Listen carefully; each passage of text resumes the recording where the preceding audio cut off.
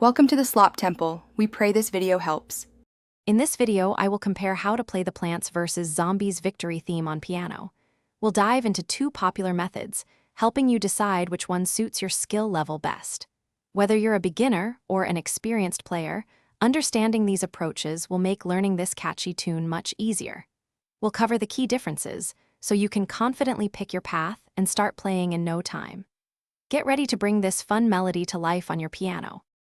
The simplified version is fantastic for those just starting their piano journey.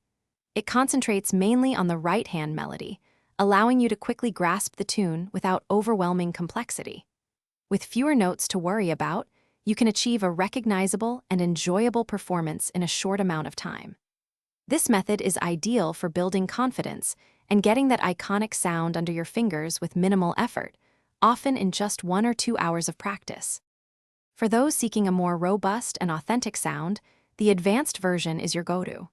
This arrangement engages both hands, adding intricate bass lines and harmonies that truly fill out the sound.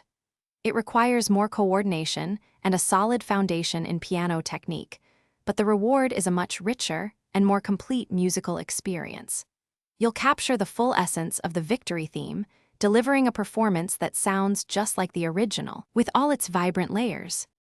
So, which version is right for you? If you're new to piano, begin with the simplified approach. It's a fantastic way to get started and build confidence.